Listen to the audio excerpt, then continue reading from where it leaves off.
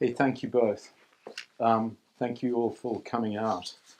If I was you, I'd be next door watching 1917 for sure.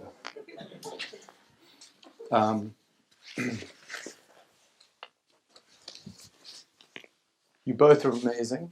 I think you're going to be great co-presidents of the CSCA once you get over the disappointment of tonight. I'm fucking older than the CSCA. Happy 50th. You know, I was thinking that there. I'm going to do a bit of a Ricky Gervais, so I've got a glass of beer here.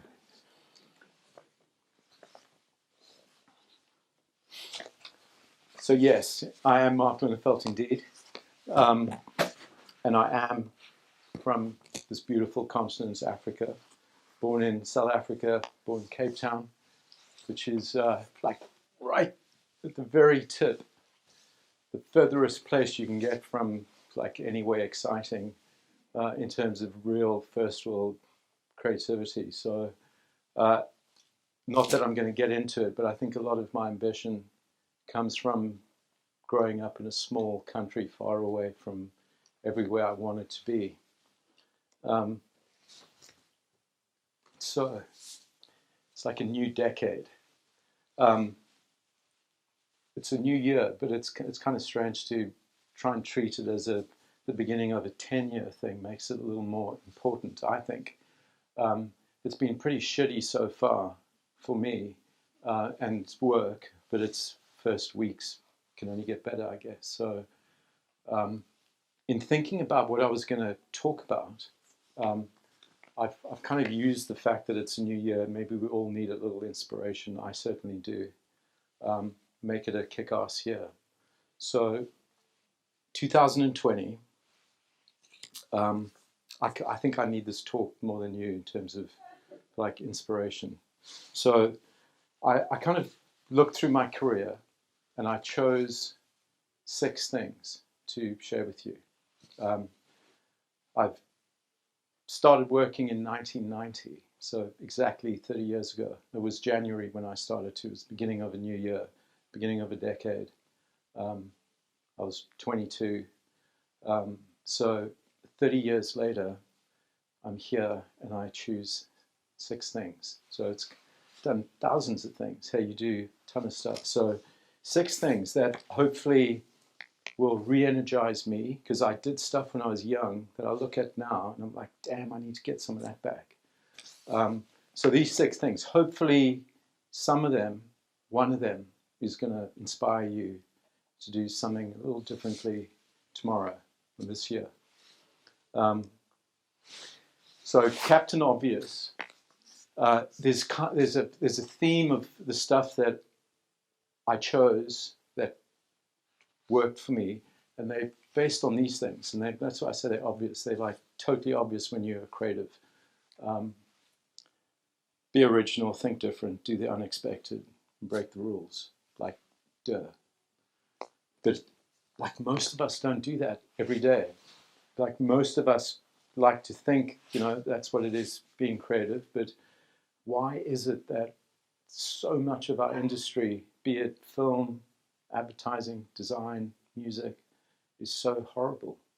You know, if I think of advertising for a second, 99% of advertising is horrid shit, terrible. But there's that tiny percentage of beautiful, insightful, memorable, emotional, funny, crazy, lovely, thought-provoking stuff that keeps us going. So the thing I realized when I like made this slide was at least I'm not saying we have to be smart. I'm saying, you know, it doesn't say be smart, think clever, do the brilliant, and break away from the stupidity. I don't think I'm a high IQ intellectual person. I'm kind of, but I can do this. I can be, basically all that says is you got to be brave. We can all do that. And that's kind of where the stuff that I'm going to share with you all centers around being brave. No one's really asking us to do brave stuff. Everyone's asking us to do horrible stuff. And then you fight back and you push back. And that's when you get brave. And then you do something amazing. So the poster for this talk was I Like It, What Is It? And that's an amazing book. Anthony Burrell. It's kind of my, if I had a philosophy for work, it's that. I like it, what is it? Being a creative director and not remembering being anything else. I love when people show me things that I don't get. I love when I don't understand it, when it's I don't even know if it's brilliant or stupid. That's when I'm interested. So, you know, I've written here, most of us like stuff that we like and that others like. So if I do something and you like it, I like it more because you like it. And if clients like it, then I love it. That's normally what that's what I think we gravitate towards, because if everyone likes it, then we feel great. But I promise you, and I know normally that's when the work is pretty shit. People love it because it's easy to like, because it reminds them of something they've seen. It's comfortable, and you know, and I single out clients because they sometimes need to be the bravest. You know, if I fight for something great, the client's got to be the ultimate brave person because they spend. So, I Like It. What is it? Is beautifully simple, but it's like if you can go there, you're guaranteed to do something interesting. I'm not saying it'll be a success, but it'll be interesting. So do the things you can't explain, do the things that make you nervous, do the thing no one likes, do silly things. Most of all, do silly things. You know, you're going to see some silly stuff. And do things you have to fight for. So getting to the work I was saying I was going to show you, it's kind of like I've gone from the first thing I did to something quite recent. So truth be told, this wasn't the actual first thing I did, but it was close to.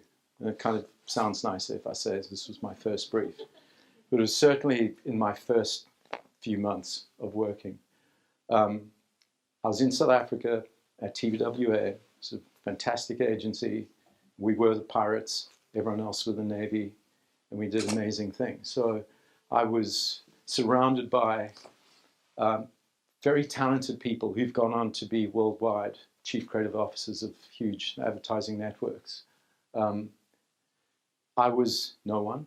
I was out of art school, and I wasn't remotely going to get a brief that everyone else were working on, which is normal, hey, when you start. So my first brief was to do a business card for a lawyer. And it's like, it wasn't even a real brief, because I think it was John Hunt's friend. And then, you know, it came into the studio. But what I did was I printed it. So Julian Snitcher, lawyer, this was in Cape Town. And I thought, what would be a beautiful card for a lawyer? And I printed it on the get out of jail card from Monopoly. So I thought a lawyer, geez, man, if he can have a get out of jail card, that makes him the ultimate lawyer. So I did this, thought it was so, you know, and this is the first time I did something I didn't know if I was going to get fired because it was so stupid, or if I was never going to get a chance to do anything again and change my career, or it was brilliant. I didn't know, but it turned out to be brilliant in that it won a D&AD pencil. So there's the first lesson, first job, first brief. You won a D&AD. You can imagine what I started to work on after that. I don't know if you guys are aware of D&AD. We should, as a Columbus industry, we should start to go for this. learn more about it and try and get to a level of work where you can enter D&AD. It's the Design and Art Direction. It's a British award. It's probably the toughest, most sought after, prestigious award there is. It's not like most other awards are just money-making things where, you know, it's not really worth it. But D&AD, so I won this year one. I've been doing this for 30 years, and I've won 3. So it was kind of a tough one to win the first time, because it doesn't happen often. But that kind of, I guess the story there is it led to me becoming noticed.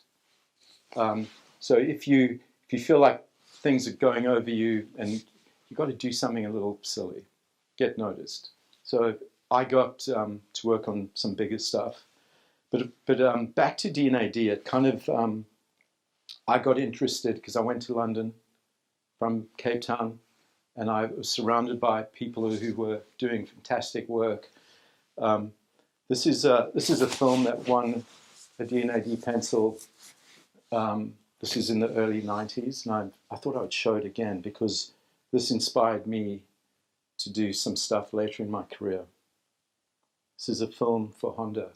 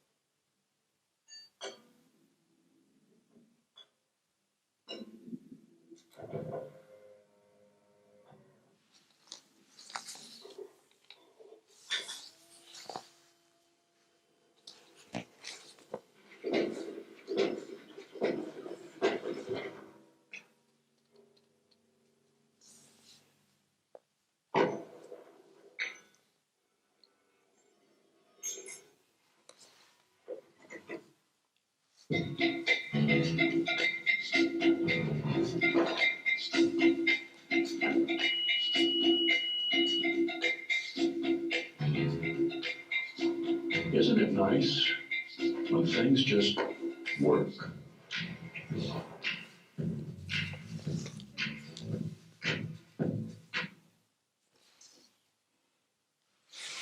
So that was pre any CGI, any special effects. This was like 1994. It took 2 years to make. There's a beautiful documentary you can watch. So 2 years, I think like 3,000 takes to get that one perfect. That's one take. It's a real piece of film. It's almost like an art movie. But a client got involved, Honda of all companies, you know, and I was like blown away that people were doing such craft, such love, such like attention to this discipline to make something amazing. And so that kind of really triggered a different way of working for me. It was like, if you think of all the terrible car ads you see every night, there's just a genre every year of just beautiful cars driving along leafy roads with all the reflections and the leather interiors, and it's all horrible. It's all mediocre. It's all untalented people doing terrible work. And it costs the same. So I was like, geez, I want to be on this side. So just again back to D&AD. If you guys look through the website and look at last year's winners, it's a full array of design, all sorts of stuff, direction, experiential. There's illustration, music videos, packaging, every kind of advertising category you can think of. But it's truly inspiring, and you'll see beautiful work. Okay. So then, I guess, like to my second piece of work, this is something I learned early. We all know it. Less is good. But again, it's just like no one seems to care about it. It's the only thing I really think I fight for, and then it becomes a big deal because less is beautiful. So simple, easy, lovely, beautiful. It's always less. Everyone around me, everyone around us, everyone is trying to kill less. I think everyone is fighting for more. So especially in like any form of communication, everyone's trying to get more in, more content, more. And it's like the worst thing when you're trying to do something special. If you go into pure film or art, that's where you can moments can live and be beautiful and stories can be told. But when you get into commercial stuff, everyone's trying to put in more. So it's kind of an easy trick. If you start taking stuff out, things get better. So if you just look at something you're doing and you look at it and John Hunt always used to say to us, if you don't need it, get rid of it. If it's decoration, I don't want to see it. There's a border around your ad, take it out. It's just decoration. So people who work with me know, I fight for less. And it's also less organized, less orchestrated, less meetings, less stuff, less serious, less correct, just less. Less is really going to make stuff better. So remember the business card? Levi's was something I headed up early. I was like 24 and I ran Levi's in South Africa because of that D&AD, I'm sure. But Levi's in the 90s was massive. It was like it's hard to try and compare it to what it might be today. But Levi's, Diesel, these were huge advertising brands. So working on Levi's was great, but I had to try and do what I was doing before, do the uncomfortable stuff. But now you're working with now it's not just the lawyer, it's a big client. So it was kind of interesting to see you've got to fight harder the bigger the stakes get.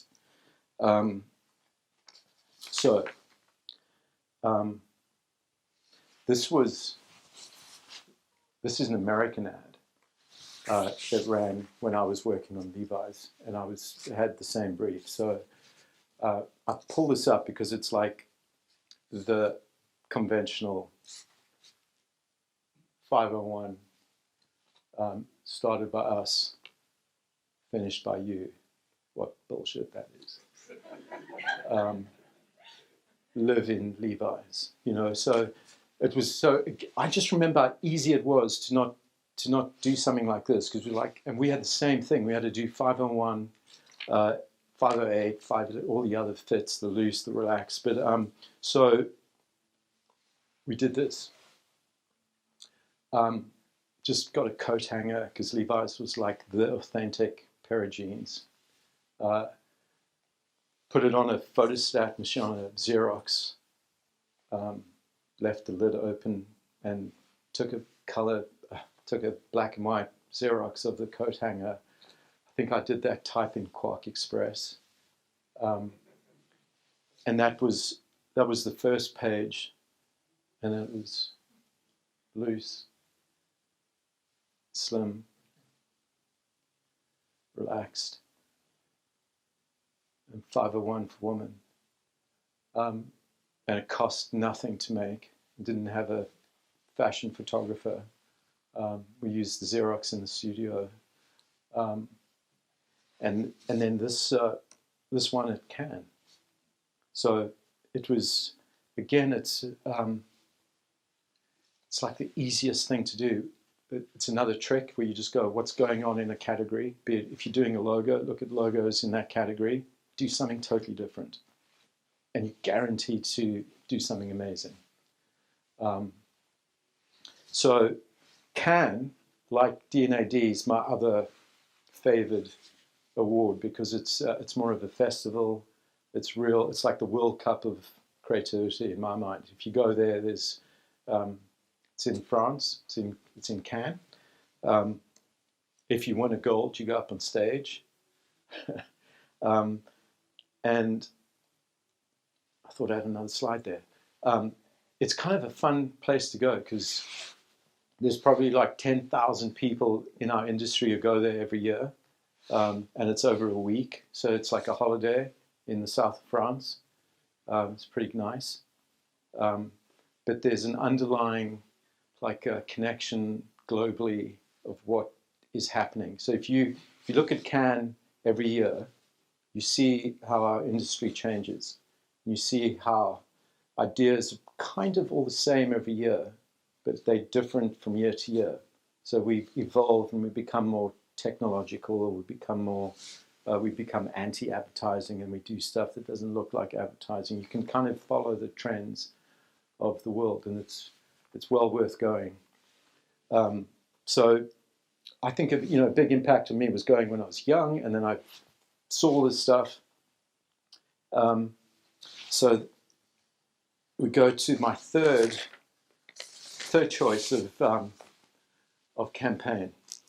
You guys know Chiquita bananas. There was obviously a bigger deal importing Chiquita bananas to South Africa because I don't recall seeing any advertising for them in the US, but we worked on them as a brand in South Africa. I don't recall seeing any fruit and vegetable stuff winning at Cannes. And again, this was, not again, I guess here's a new point, was this was not a brief everyone wanted to work on because it was lousy. It was like some supermarket price deal. And I stole it off someone else's desk. And we did some radio, which this was probably like 2000. So it's like 20 years ago. Radio was the poor cousin to anything really creative. Radio's horrid. So some of the guys who worked with me came to me and they said, we've got this idea, and they sang these songs to me with banana words. And again, this is more pivotal because I had a reputation, and that's when you become more serious and you take yourself more seriously. This was so silly, but I thought this might be too silly.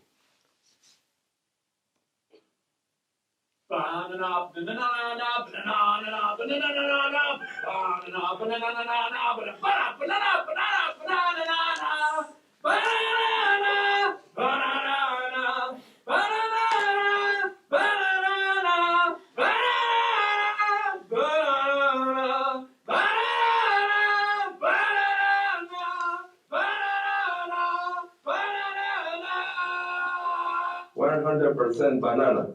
Chiquita bananas. Banana, banana, banana, banana, banana, banana, banana.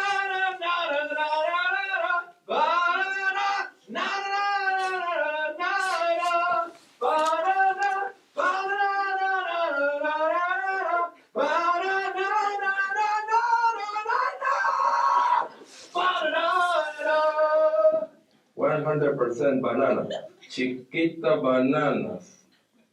Banana, banana, banana, banana, banana, banana, banana, banana.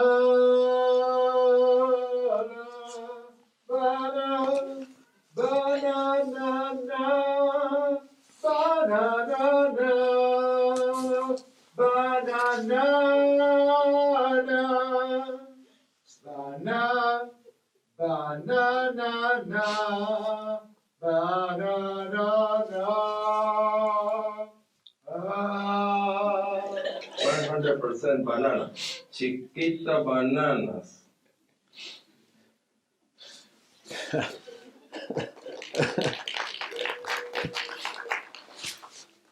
We did a lot of those. I'm going to spare you the rest.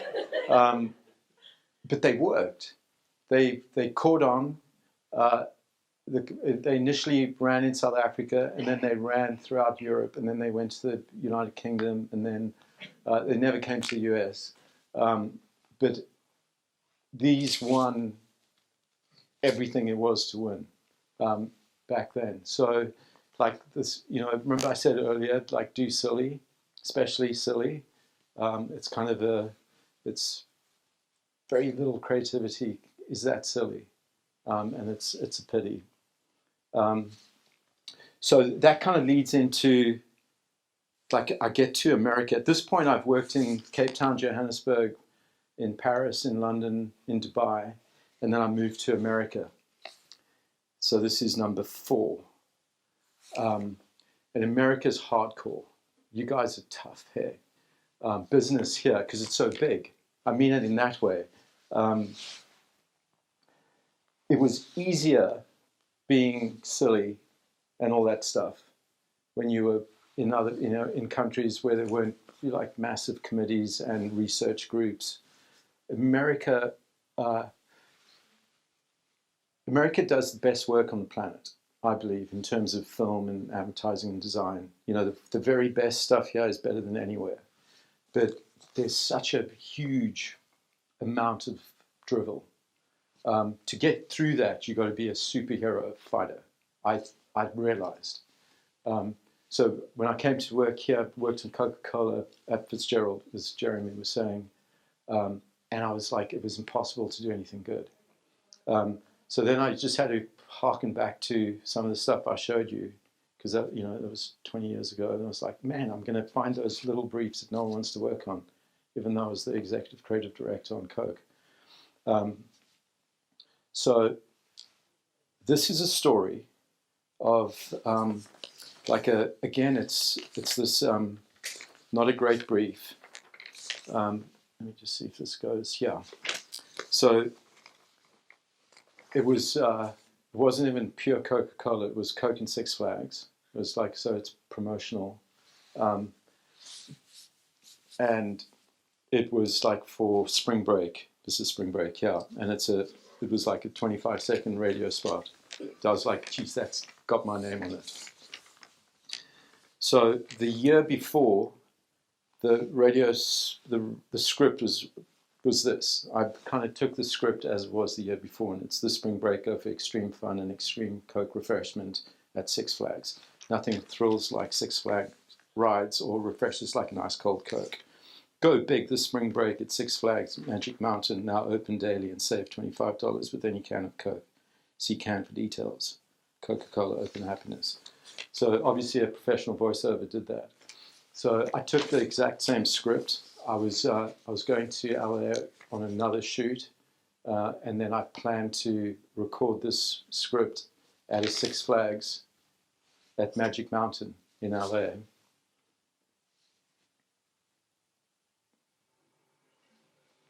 Without anyone knowing at the agency I was going to do this.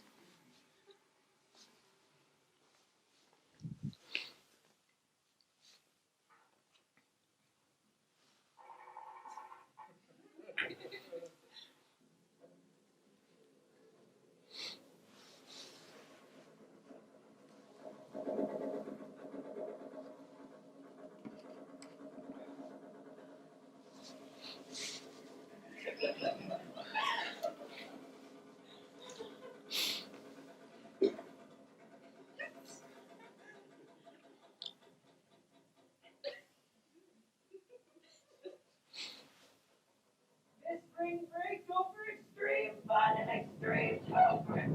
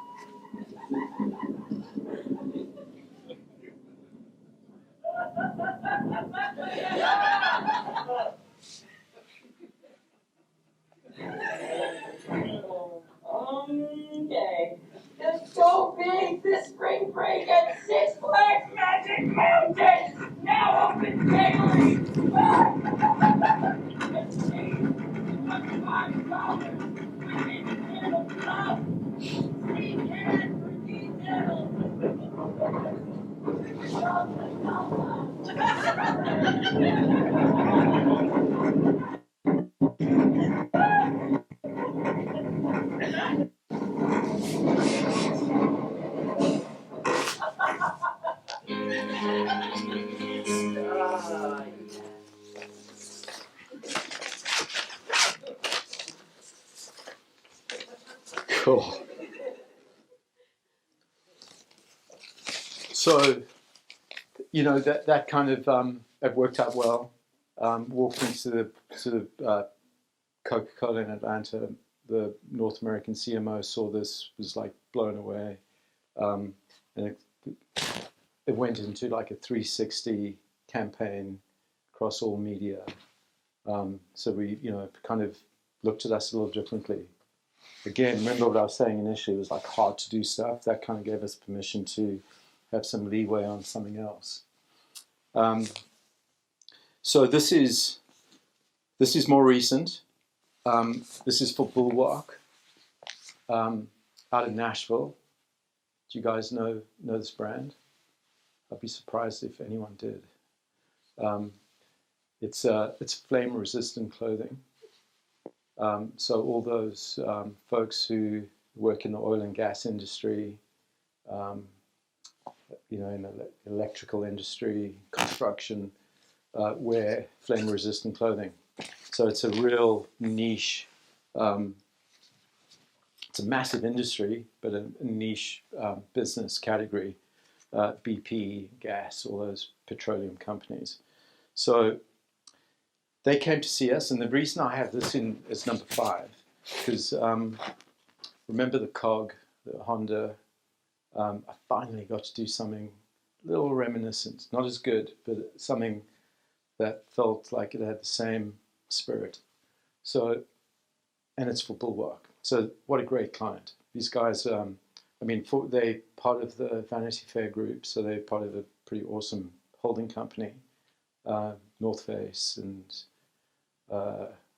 Wrangler, Doc Martens, those kind of brands. So this is one of their cash cows. It's like Bulwark that no one knows about, but it makes billions because everyone needs flame-resistant clothing. So they came to us with, ironically, with like this print brief, and this is what the category looks like in safety clothing. Pretty awesome. It's so weird that they would come to us, and I was like, "Oh man, this is going to be such fun," because we're not going to do this. So remember the categories and the car category, Honda, what they did. I was like, man, it's so easy. We just get like no way. Because we didn't really need this for us as an agency. When like Bulwark's the big client that we're going to make us famous.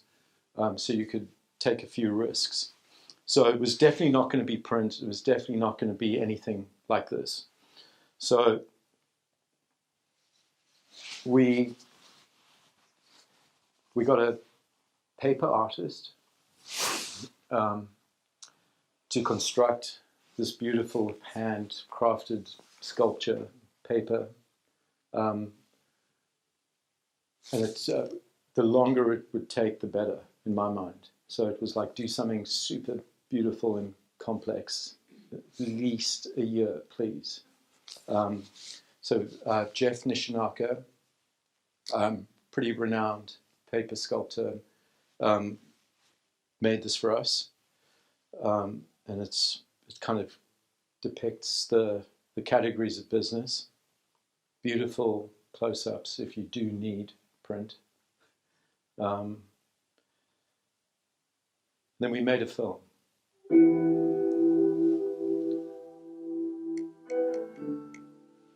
So the campaign is mainly this film. I'm going to fast forward through some of it because it's an 8-minute film. I would spend hours in my dad's workshop. It was like one big playground for a kid. Kind of was like a magical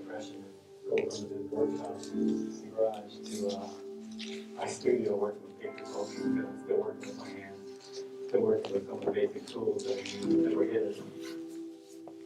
It has a certain kind of energy to it that I can't explain it, but that just only comes through usage. And when I do need them, they're there and they still work like they did 60 years ago. In the beginning, everything looks like an explosion in a puzzle factory. And thousands of little pieces here and there, and nothing really seems to come together until towards the end. That's when you can start to see things take shape, take form, become something that's recognizable.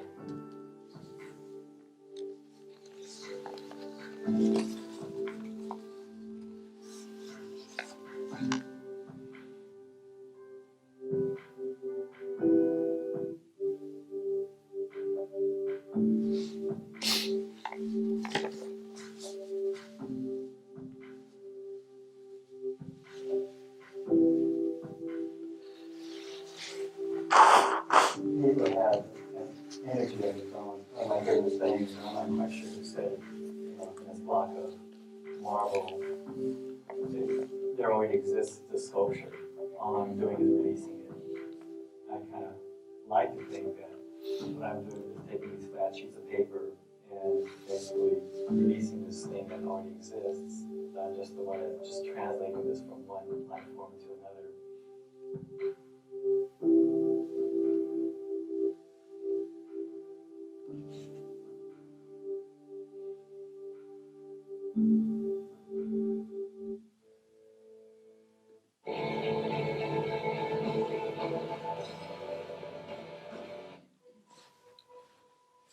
So then we took this this paper sculpture to a little spot outside LA, and then this is almost like a little film within the film. You lovingly explore it and see all the details, and then.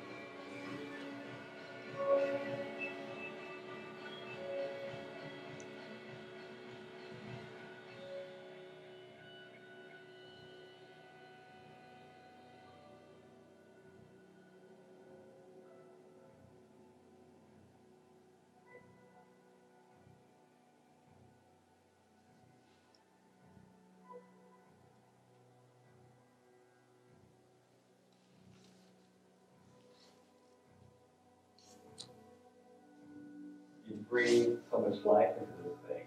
This thing grows so quickly. It's actually quite frightening. It just shows you how precious life is and how in the blink of an eye, in an instant, you can lose everything.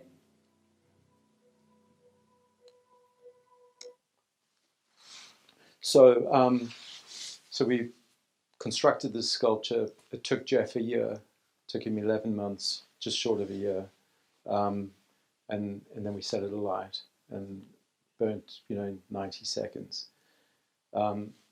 So I think you even more so if you're a safety manager, if you're a CEO of a company that loses people to fire and to like accidents and stuff like that in this category. You saw that print work, it looked like it was for a hardware store. This simply try to demonstrate the fragility of life. Paper, most combustible, like universal thing. So, but dragging something out for a year to make and then film, and then, just throughout the process, it was like, this is totally crazy. Totally get fired for doing this. The clients were panicking. you know, the whole, you know, at the end of it, it's kind of feels like maybe it was worth it. But what we did was use the film as a premiere at these huge safety conventions. And I'll say the first, there was a massive convention in Denver, Colorado, and the New York transport system was present, and the CEO was there, and we had a premiere. He walked out, we had drinks, it was like a, you know, movie premiere, and he gave them the entire New York transport system business, which for them was like probably, you know, 10 million account from one viewing. So it worked straight away. But a real different approach. The website, which, you know, housed the film, had like tons of making of. And then the print campaign is actually the PR. So that, you know, that's how advertising should work today. It's like, it doesn't look like advertising. It shouldn't feel like advertising. It should be, you know, more profound. It should be more interesting to look at, and then people love it. And then all the PR from that is where the real campaign is. You know, so this little entity, Bulwark, in Nashville, being in the New York Times, is kind of a better print ad than putting it in a safety journal. And then back to Coca-Cola. This was one of the, I did this like 3 years ago, and it's nothing other than doing something that you really love doing. So this is payback for that little roller coaster thing I did. We got to do a cinema. So the client said to us, "You can do a cinema spot for Coke and Six Flags. You can do what you want." It's fame. Like a hero of mine, loved that movie. And we made this beautiful film together. I got him in. He helped conceive the idea. And it's kind of, for me, it's a little bit it's a bit of a goofy ad. It's kind of, I kind of see it as goofy, and he's does goofy really well. But it's not casted, or the wardrobe, the whole vibe is kind of just got a different sensibility. And that's my number 6.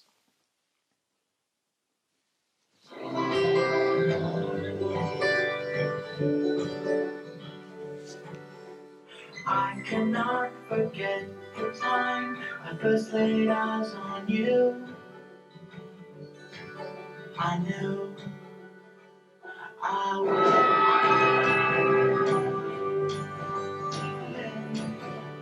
Baby,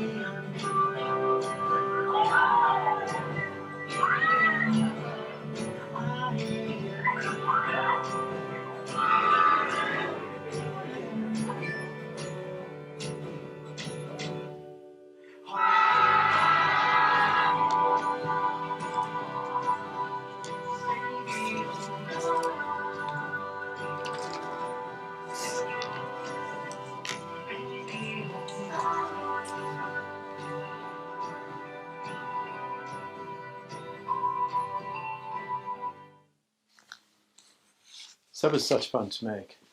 And it's kind of, it's just a little story. And, in doing it and making it and discussing it, it's kind of, it was this subtle idea of these teenagers all going to Six Flags during the holidays, all trying to fall in love, all romantic, and all, it's beautiful.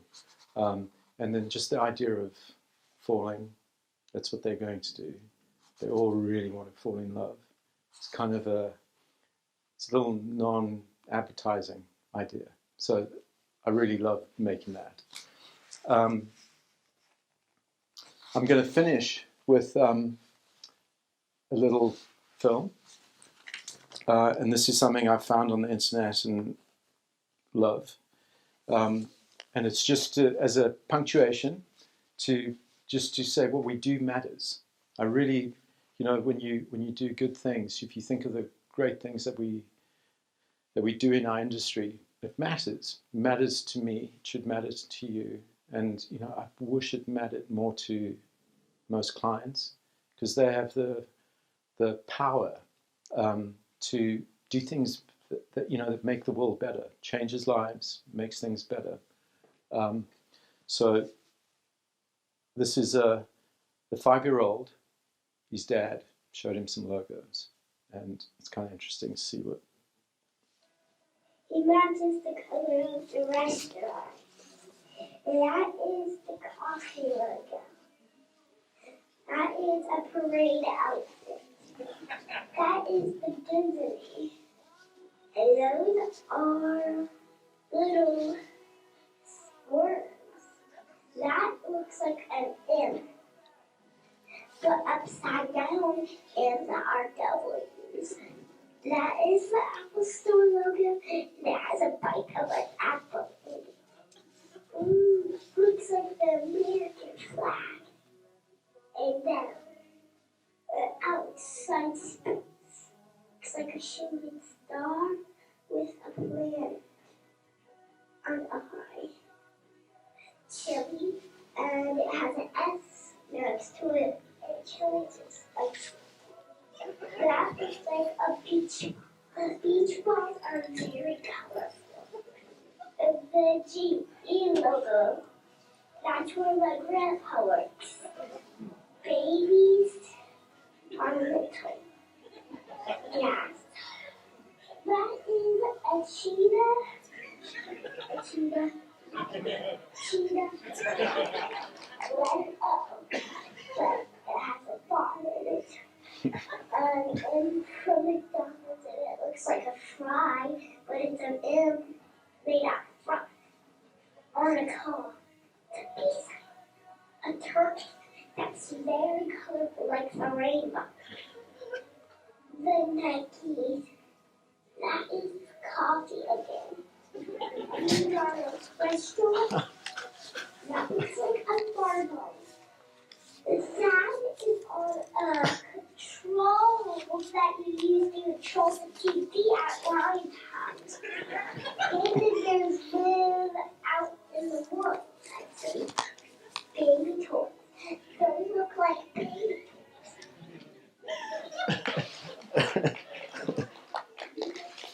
Amazing kid. Yeah. But you get what I'm showing. When you're dealing with the business of what we do, everyone's analyzing everything, thinking with their wallets, too busy worrying about projections and forecasts, and not dealing with their heart. So if the great stuff is gut felt and awesome, and that 5-year-old kind of shows it. So what you do goes into life. Brands are beautiful. People are loyal to them. People need them, love them. So our industry can be a wonderful thing and not that big business that it is often. So that is life, the universe, and advertising to me. Thanks for listening.